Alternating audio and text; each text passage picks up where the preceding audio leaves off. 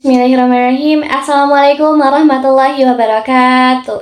Alhamdulillahirrabbilalamin. Wassalatu wassalamu ala asyrafil anbiya'i wal mursalin Sayyidina wa maulana Muhammadin wa ala alihi wa sahbihi ajmain amma ba'du. Puji serta syukur kita panjatkan atas kehadirat Allah Subhanahu wa Ta'ala yang telah melimpahkan rahmat serta taufik dan hidayahnya kepada kita semua. Salawat serta salam semoga tercurah limpahkan kepada junjungan kita yakni Nabi Muhammad Sallallahu Alaihi Wasallam. Hadirin yang berbahagia, di dalam kehidupan ini mestinya kita tidak akan lepas dari kata masalah. Contohnya seperti kekurangan harta, mengalami kemiskinan, mengalami kesengsaraan, diberikan ujian yang berat, dan tentunya penderitaan. Memang semua itu sudah menjadi warna-warna dalam kehidupan kita, sehingga kita membutuhkan sikap yang proporsional terhadap kehidupan yang sedang berlangsung saat ini. Pahit dan manis hanyalah dua rasa yang berbeda. Nikmatilah keduanya karena masing-masing memiliki rasa yang unik. Tanpa pahit, manis akan kehilangan maknanya. Maka dari itu, rangkulah keduanya karena masing-masing membuat yang lain menjadi lebih baik. Seringkali kita melihat, bahkan mendengarkan ada orang yang hidupnya itu dipenuhi dengan kemewahan dan rezeki yang melimpah, tidak pernah celaka, dan senantiasa sehat-sehat aja. Padahal orang tersebut sangat jauh dari Allah dan sangat akrab sekali dengan kemaksiatan. Ya, jangan heran lagi, jangan takjub dan jangan heran. Kenapa? Kemungkinan orang-orang tersebut emang sudah digolongkan sebagai orang yang istidraj. Apa itu istidraj? Istidraj yaitu suatu jebakan berupa kelapangan rezeki padahal yang diberi terus-menerus bermaksiat kepada Allah. Jadi, ketika Allah membiarkan kita sengaja meninggalkan sholat, meninggalkan puasa, berat untuk bersedekah, merasa bangga dengan apa yang dimiliki, mengabaikan semua ataupun sebagian perintah dari Allah dan menganggap enteng perintah-perintah Allah dan merasa umurnya panjang dan menunda-nunda taubat.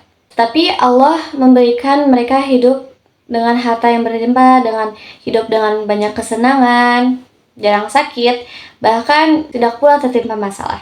Jangan lupa juga buat yang belum sadar dan lupa untuk kembali kepada Allah, tapi bisa bergelimangan dengan kenikmatan. Allah Maha Tahu dan boleh jadi Dia mengulur waktu agar kita tersadar sampai saatnya meninggal atau terjadinya bencana. Karena janji Allah itu ada. Allah Subhanahu wa Ta'ala berfirman dalam Quran Surat Al-A'raf ayat 182. A'udzu billahi minasy syaithanir rajim. Walladzina kadzdzabu biayatina sanastadrijuhum min haitsu la ya'lamun. Yang artinya, dan orang-orang yang mendustakan ayat-ayat kami, nanti kami akan menarik mereka dengan berangsur-angsur ke arah kebinasaan dengan cara yang tidak mereka ketahui.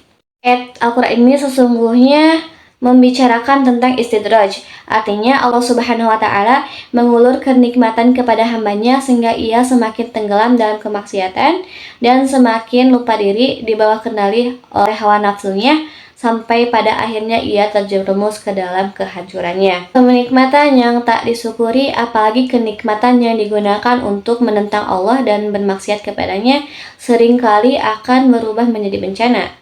Selama hidup di dunia, kita memang tidak akan pernah lepas dari yang namanya ujian dan cobaan, ataupun masalah-masalah yang lainnya yang membuat kita takut dan sedih saat mengalaminya. Pada hakikatnya, ujian dan cobaan merupakan cerminan kasih sayang dan keadilan dari Allah untuk para hambanya yang beriman. Ujian, masalah, atau cobaan-cobaan yang lainnya pasti akan terjadi di dalam kehidupan ini. Memang sebuah hal itu pasti akan jadi di dalam kehidupan kita. Sebagai seorang muslim, segala cobaan yang datang ke dalam kehidupan manusia tentunya memiliki tujuan dan alasannya sendiri. Salah satu alasan terbesar yang membuat manusia diberi cobaan yang berat adalah karena Allah ingin menguji sudah sebesar dan sejauh manakah tingkat keimanan seorang hambanya, atau sebaliknya ya. Pada hakikatnya, ujian dan cobaan merupakan cerminan kasih sayang dan keadilan dari Allah untuk para hambanya yang beriman. Allah tidak rela menimpakan azab yang pedih di akhirat kelak sehingga ia menggantikannya dengan cobaan-cobaan yang menimpakannya dan juga berfungsi sebagai penggugur segala dosa-dosa. Semakin Allah cinta kepada hambanya, maka cobaan yang dibebankan itu semakin berat dan semakin rumit dan sulit.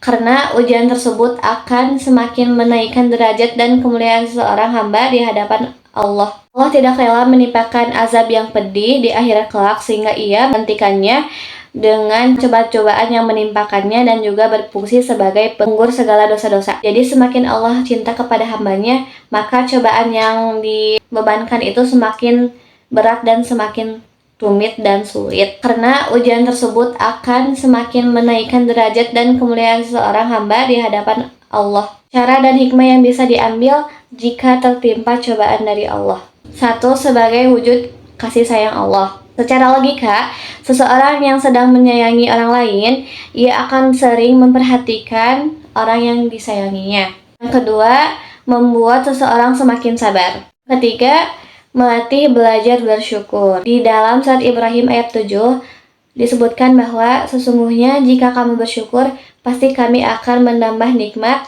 kepadamu.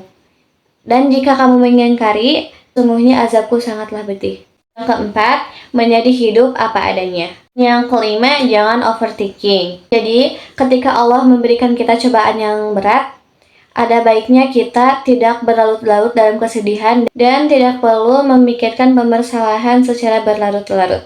Mulailah fokus pada penyelesaian masalah agar kamu bisa meletakkan apa yang semestinya harus dilakukan dan mana yang harus ditinggalkan. Justru jika ujian tersebut tidak datang menimpamu, maka akan lebih baik kondisimu. Allah Subhanahu wa Ta'ala berfirman yang artinya, boleh jadi kalian membenci sesuatu padahal ia amat baik bagi kalian. Quran Surat Al-Baqarah ayat 216. Apakah setiap kita tertimpa masalah itu merupakan bentuk teguran dari Allah?